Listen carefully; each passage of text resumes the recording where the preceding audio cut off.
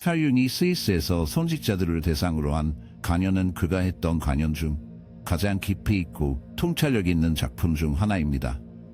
이 강연은 인간 존재의 본질, 우리가 마주하는 도덕적 갈등, 그리고 진정한 치유와 자기 이해로 나아가는 길에 대한 날카로운 통찰을 제공합니다. 이 강연의 핵심은 바로 인간이 근본적으로 타인뿐 아니라 무엇보다도 자기 자신으로부터 인정받아야 한다는 필수적인 필요에 관한 것입니다. 이는 우리의 정신 깊은 어두운 구석을 직시하고 그 직면을 통해 변형과 초월에 이르자는 촉구입니다. 사람들은 치유를 담당하는 의사들조차 도덕적 양심과 불편함에서 자유로울 수 없다는 사실을 잊는다는 것입니다. 그는 어떤 환자들의 고백은 의사조차 받아들이기 어렵다고 지적합니다. 이 말은 특히 타인의 취약성이 깊이 불편한 무언가를 드러낼 때 우리가 보편적으로 겪는 투쟁을 강조합니다. 움츠러드는 것은 자연스러운 반응이지만 진정한 치유는 사람 안의 최악의 면조차도 수용할 때만 가능합니다. 이 수용은 단순한 말이나 지적인 인식만으로 이루어지지 않으며 깊은 성찰과 진심 어린 연민과 이해의 자세에서 비롯되어야 합니다. 이것이 바로 융의 가장 혁신적인 사상 중 하나인 치유자, 기우자비 혹은 동반자가 자신의 어두운 면을 마주하고 수용해야 한다는 필요성으로 이어집니다. 그는 이렇게 씁니다. 의사가 다른 이를 안내하거나 심지어 그와 함께 한 발자국을 걷고자 한다면 그는 그 사람의 정신과 함께 느껴야 한다. 그는 판결을 내릴 때 결코 그렇게 느끼지 못한다. 노골적이든 조용하든 판단은 거리를 만들며 도움이 필요한 사람을 고립시키고 그들의 수치를 강화한다. 반면 필요한 것은 편견 없는 객관성이다. 그러나 이 객관성은 차갑거나 무관한 것이 아니라 인간적인 특성으로서 사실에 대한 깊은 존중이자 그 사실들로 고통받는 사람과 그러한 삶의 수수께끼에 대한 존중이다. 융이 수수께끼라는 단어를 사용한 것은 의미심장하다. 각 개인의 삶은 하나의 퍼즐이며 경험, 선택, 무의식적 힘들의 복잡한 상호작용이다. 편견 없는 객관성으로 타인을 대한다는 것은 이 복잡성을 존중하는 것이다. 그것은 겸손함과 신성에 대한 인정, 즉 교리적 의미가 아니라 인간 존재를 형성하고 만들어가는 보이지 않는 존재를 인정하는 것이다. 융은 진정한 종교인은 모든 것에서 신성해 보이지 않는 존재를 느낀다고 아름답게 표현한다. 이 관점은 치유의 행위를 신성한 노력으로 탈바꿈시킨다. 그것은 단순히 부서진 것을 고치는 것이 아니라 타인의 삶이라는 심오한 신비에 함께 참여하는 것이다. 이 강의에서 가장 인상적인 구절 중 하나는 우리가 무엇이든 바꾸려면 그것을 받아들여야 한다는 융의 주장이었다. 비난은 해방하지 않으며 오히려 억압한다. 이 말은 우리 자신과 타인에게서 불쾌하거나 용납하기 어려운 부분들을 판단하고 거부하려는 흔한 경향에 직접 도전하는 진술이다. 융은 여기서 역설을 지적한다.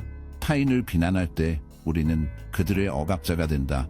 그들에게 성장하고 치유하며 변형될 공간을 박탈하는 것이다.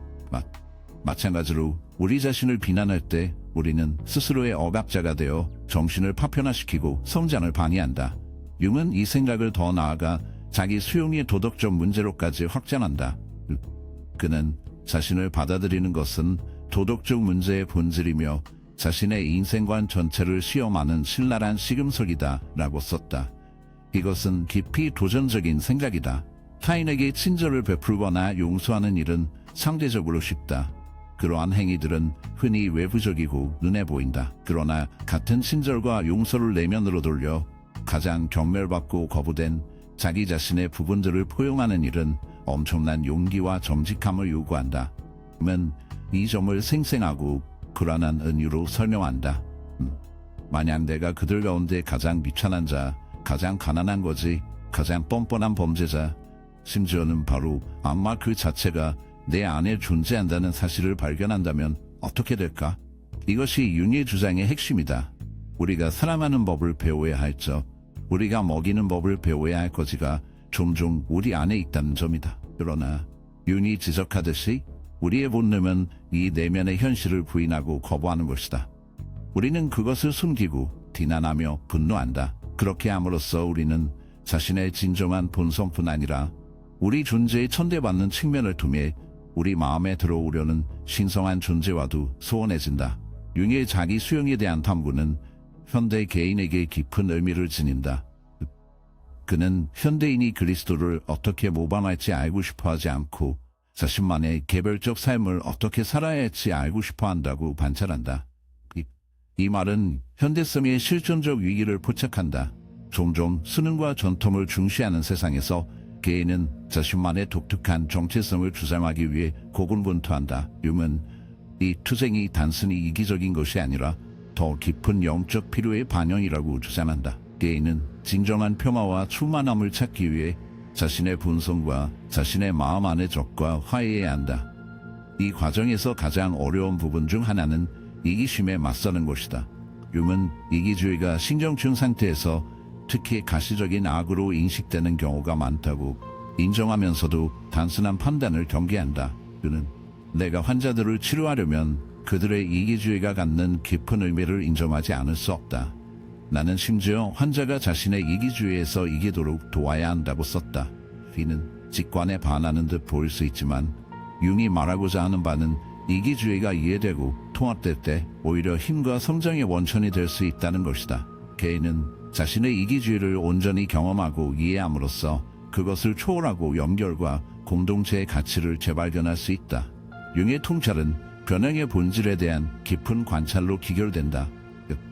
그는 악으로 여겨졌던 것이 선으로 변했고 선으로 보였던 것이 악의 힘을 계속 살렸다고 썼다. 이것이 바로 앙타니드로미아의 원리로 생명의 기본 법칙이자 융 심리학의 초설이다. 이 과정을 통해 성격의 갈등하는 두 반쪽이 재결합되어 내적 갈등이 끝나고 진정한 치유가 가능해진다. 이 강의는 단순한 이론서가 아니라 인간 존재의 복잡성을 헤쳐나가는 실천적 안내서다. 융의 말은 우리에게 정직하고 연민 어린 내면을 들여다보고 두려움과 편견에 맞서며 인간다움의 충만함을 받아들이라고 도전한다. 그는 치유가 깨진 것을 지우는 것이 아니라 더 크고 의미 있는 전체 안에 통합하는 것임을 상기시킨다. 결론적으로 융의 성직자 강의는 시대를 초월하는 깊이 있는 변혁의 작업이다. 그것은 인간 보편의 수용 투쟁, 자기의 도덕적 과제, 그리고 개인 변형의 심오한 신비에 대해 이야기한다. 그의 통찰은 오늘날에도 여전히 유효하며 깊이 영적이면서도 근본적으로 인간적인 치유의 길을 제시한다.